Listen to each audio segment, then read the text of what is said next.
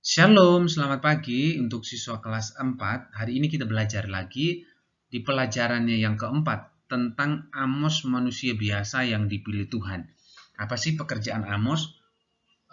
Dia itu gembala domba. Nanti kita lihat. Oke. Nah, setiap orang memiliki talenta yang berguna bagi kehidupannya. Tuhan juga menciptakan manusia dengan begitu unik.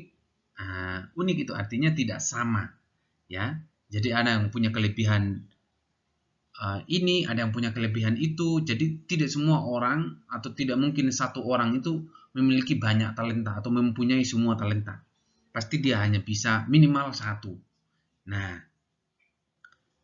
tidak sama atau beragam atau berbeda-beda. Secara jasmani maupun rohani juga berbeda. Ada yang rohaninya lebih bagus, ada yang di bawah. Ada orang yang lebih gendut, ada yang kurus, ada juga orang yang lebih tinggi, ada yang kerdil atau pendek. Nah, begitu juga dengan talenta yang Tuhan berikan kepada kita berbeda-beda. Amos itu dari Tekoa.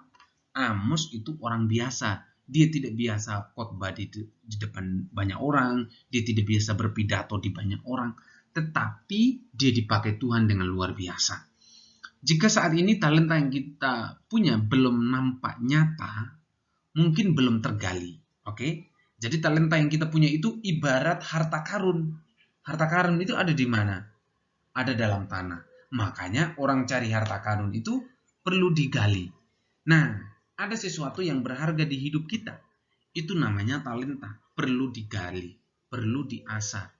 Kalau ada orang yang bisa nyanyi, ya jangan hanya sekedar menyanyi di rumah, tetapi harus perlu misalnya dia harus ngeles vokal, ikut kursus vokal. Nah, itu supaya apa? Talenta yang dia punya itu bisa tergali.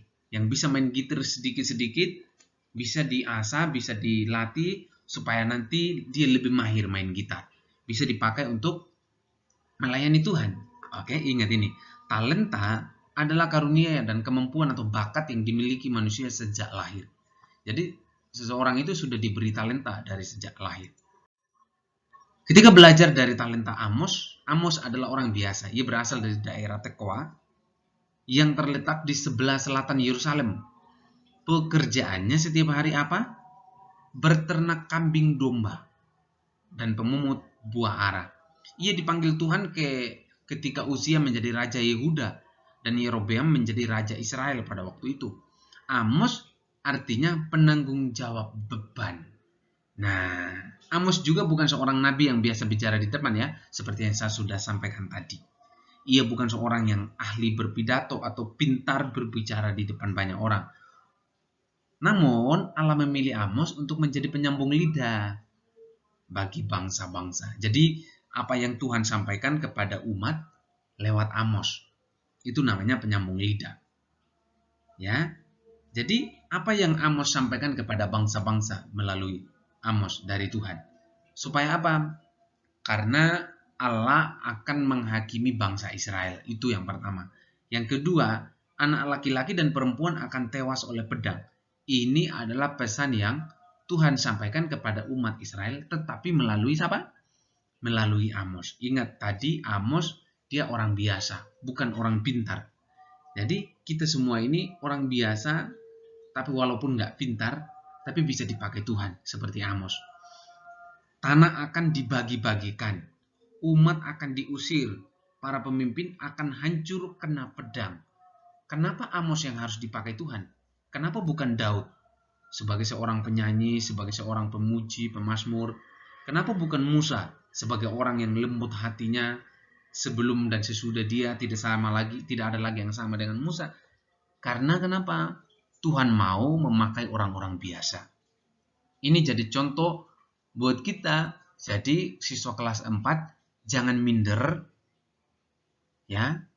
Kalau kita masih dianggap orang biasa ya. Kita tetap terus belajar pokoknya. Israel akan hancur sehingga Amos mengingatkan mereka untuk kembali kepada Allah. Supaya Allah mengampuni dosa-dosa mereka. Nah, kadang-kadang manusia itu tidak mau bertobat. Kesalahan kita tidak mau bertobat. Tuhan itu selalu menunggu kita ketika kita berbalik kepada Dia. Nah, kadang-kadang manusia tidak mau itu. Ya. Mereka harus hidup sesuai dengan perintah Allah agar beroleh keselamatan. Nah, sesuatu yang kita peroleh itu tidak datang dengan cuma-cuma, tapi ada sesuatu yang kita harus lakukan juga untuk memperolehnya. Siapa di sini yang mendapatkan nilai baik, tapi tanpa belajar dengan serius?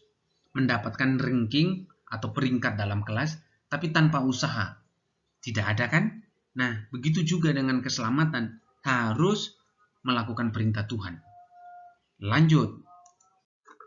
Beberapa teguran Amos kepada bangsa Israel. Yang pertama, penduduk Samaria yang kacau dan suka memeras. Nah, ini tidak boleh. Memeras itu mengambil lebih dari orang yang misalnya mengutangi kita, kira-kira gitu. Terus yang kedua, wanita Samaria yang menumpuk kekayaan untuk diri sendiri dan suka menindas orang lain. Nah, ini suka menindas orang lain.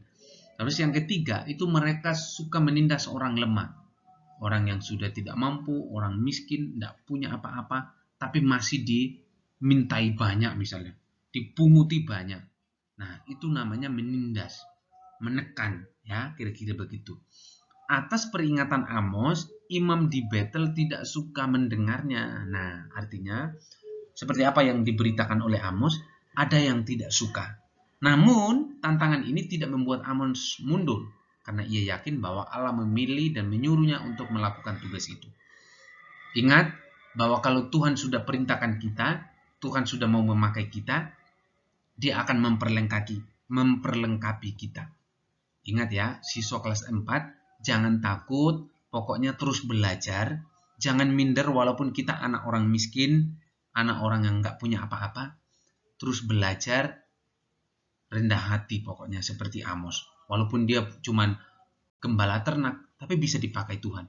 Jadi tidak harus dia jadi gubernur atau jadi bupati baru dipakai Tuhan. Siapapun kita bisa dipakai Tuhan.